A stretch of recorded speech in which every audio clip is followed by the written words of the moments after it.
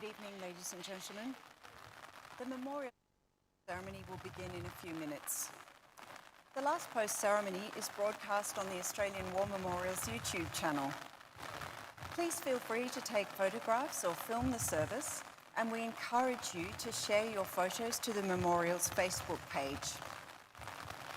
To maintain the dignity of the service, please consider the following. Please switch off your mobile phones or turn them to silent. Parents, please closely supervise small children. Please be respectful and quiet throughout the ceremony and remove hats for the national anthem, the reading of the ode and the sounding of the last post. For your safety and that of others, please do not sit on the garden edges or stonework. If you're feeling faint or unwell during the ceremony, please sit down or approach one of the visitor services officers. And in the event of an emergency, please follow the direction of memorial staff. Finally, please note that at the end of the ceremony, the memorial will be officially closed and all visitors will be asked to make their way to the exit. Thank you. The last post ceremony will commence shortly.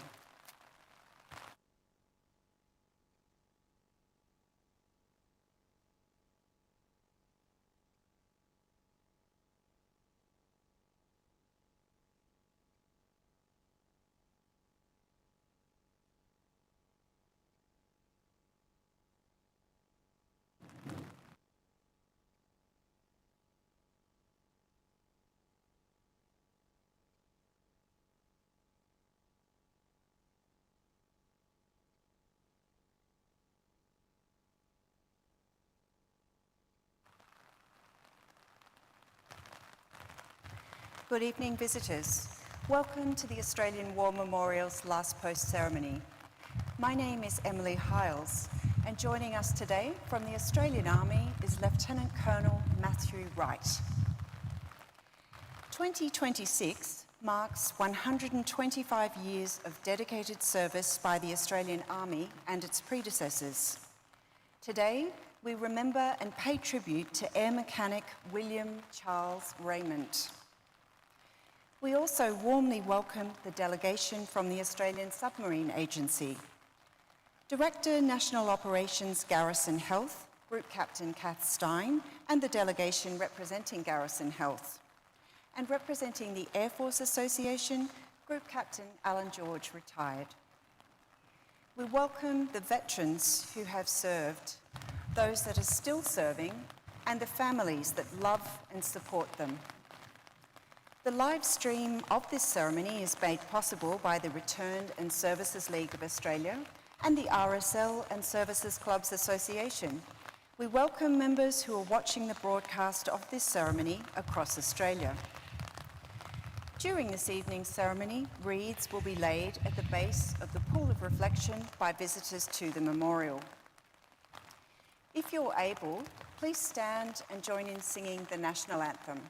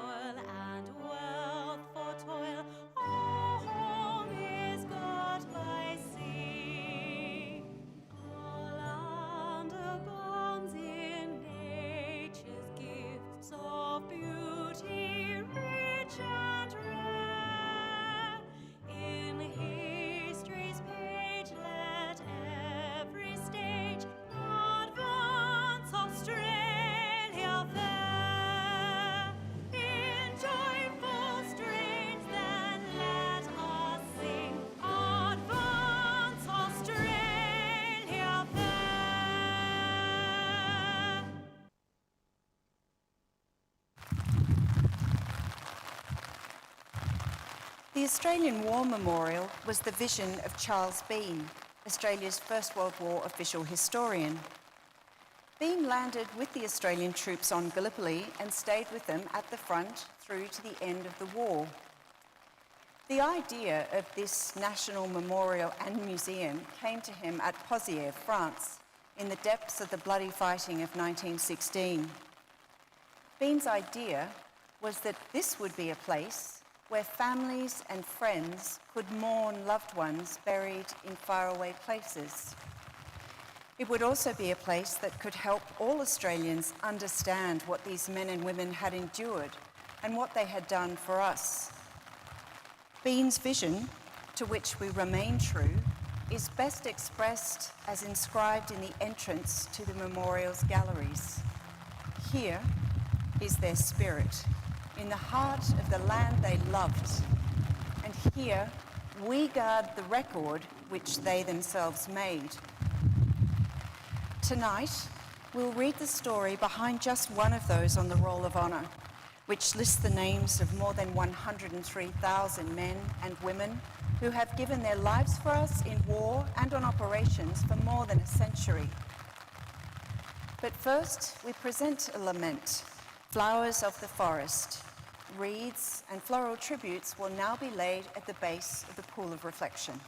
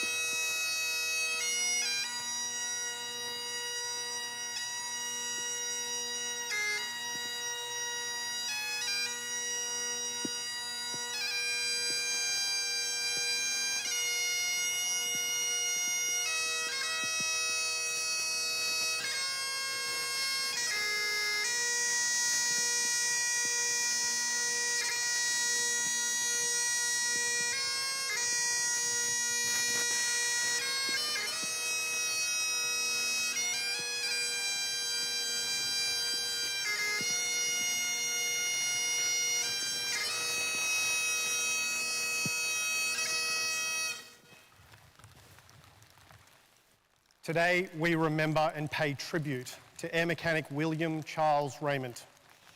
William was born in January 1892 at Mount Dunedin in Victoria. He was the fourth of 7 children born to James and Harriet Rayment. William's mother died in 1897 and his father remarried in 1898 and they had one child in 1901. After finishing school, William spent 6 years apprenticing as a heating engineer and coppersmith. William Rayment enlisted in the Australian Imperial Force on the 29th of June 1915 in Melbourne, Victoria. He was assigned to the first reinforcements of the Australian Flying Unit, first as a private and then as an air mechanic. After only 6 weeks of training, Rayment departed Melbourne in HMAT RMS Persia on the 10th of August 1915. After a brief stop in India, Rayment arrived in Basra, Iraq, along with 12 other air mechanics in September 1915. He was taken on strength of the Mesopotamian half-flight. In February 1915, the Viceroy of India had requested the help of Australian pilots, mechanics, aircraft and equipment in fighting the Ottomans in Mesopotamia. The Australian government offered 4 pilots, about 20 mechanics, 2 motor vehicles and tools. This was about half the strength of a standard Royal Flying Corps flight and was thus called a half-flight. The half-flight, along with the 6th Division of the Indian Expeditionary Force, were involved in the Tigris campaign, an attempt to capture Baghdad and force the Ottoman army from the region. Pilots were expected to undertake daily reconnaissance flights in largely unsuitable and damaged aircraft, while the air mechanics were required to make constant repairs and upgrades. The early months of the campaign were marked by the division's quick advance from Basra to Azazaya, approximately 80 kilometres south of Baghdad, by the beginning of October 1915. The advance was helped by the capture of the city of Kut el Amara in late September, with the help of the Australian Flying Squadron. The Ottoman forces withdrew to the ruins of the ancient city of Ctesiphon, 35 kilometres south of Baghdad. Buoyed by intelligence reports suggesting the Ottoman army had no reserves stationed at Baghdad, the 6th Division prepared to assault Ctesiphon at the end of November, supported by the half-flight. The first day of the attack was successful, with the 6th Division capturing the 1st and 2nd Ottoman lines around the ruins. But by the beginning of December, the 6th Division and half-flight were forced back to Kut el Amara, where they were surrounded by the enemy. With 11,600 men trapped inside the city, a siege began. 9 Australian air mechanics were trapped in Kut el Amara when the siege began, including William Rayment. Other members of the half-flight who had managed to avoid being trapped established a base at Al Ghabi and dropped food, medical supplies, spare parts, money, and a millstone to the trapped division at Kut el Amara. In the city, the Australian air mechanics worked constantly, operating the mills to grind the wheat and barley supplied by the half-flight, and making repairs where possible to the equipment in the city. The half-flight delivered over 8.5 tonnes of supplies between December 1915 and April 1916. But on the 29th of April 1916, the emaciated garrison was forced to surrender to the Ottoman army. Thousands of sick and starving troops were taken prisoner and began the 1,700-kilometre march from Kut el Amara to Anatolia, Turkey. The men were tied together, robbed of their clothing, boots and personal possessions, and harassed by hostile Bedouin tribes along the march. Medical assistance, rations and water were all limited, and thousands died of dysentery, malaria, ulcerated feet and exposure. Of the 9 Australian air mechanics who were captured at Kut el Amara, only 2 survived to reach the main prison camp in Anatolia. Rayment was ill throughout much of the march, suffering from chronic nephritis. By the time the march reached Tarsus in southern Turkey, his health was rapidly deteriorating. He was admitted to hospital in Tarsus in November 1916 and died on the 11th. He was 24 years old. Rayment was buried in the Tarsus cemetery. However, in 1927, the Imperial War Graves Commission decided that the remains of Australian prisoners of war from across the Ottoman Empire should be reburied in 2 central locations. There was little identification for the graves of prisoners in the Tarsus cemetery, so Rayment's remains were reburied alongside other identified soldiers in the Baghdad or Northgate War Cemetery. His grave marker says that he is buried near this spot. His name is also listed on the Roll of Honour on my right, among almost 62,000 Australians who died while serving in the First World War. His photograph is displayed today beside the pool of reflection. This is but one of many stories of service and sacrifice told here at the the Australian War Memorial. We now remember Air Mechanic William Charles Rayment, who gave his life for us, for our freedoms, and in the hope of a better world.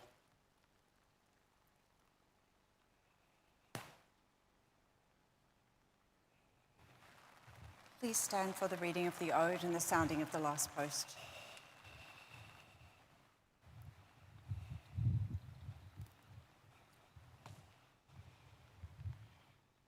They shall grow not old, as we that are left grow old.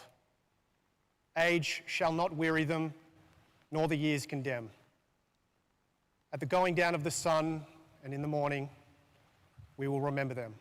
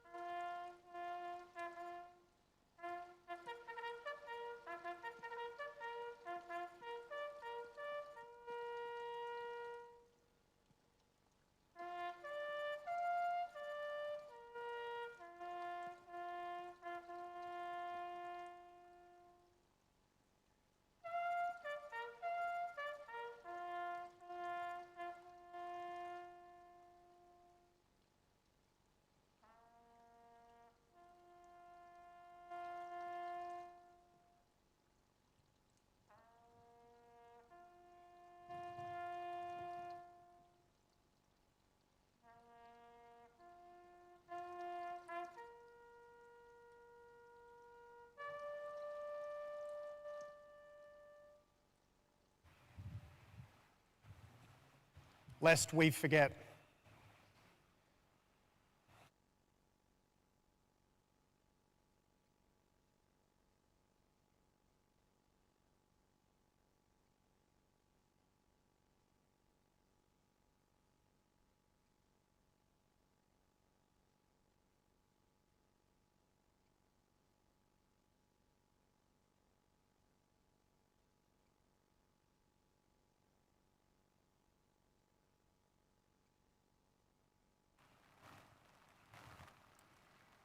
We leave you this evening with the words of the memorial's founder, Charles Bean. Many a man lying out there at Pozières or in the low scrub at Gallipoli, with his poor, tired senses barely working through the fever of his brain, has thought in his last moments, well, it's over. But in Australia, they will be proud of this.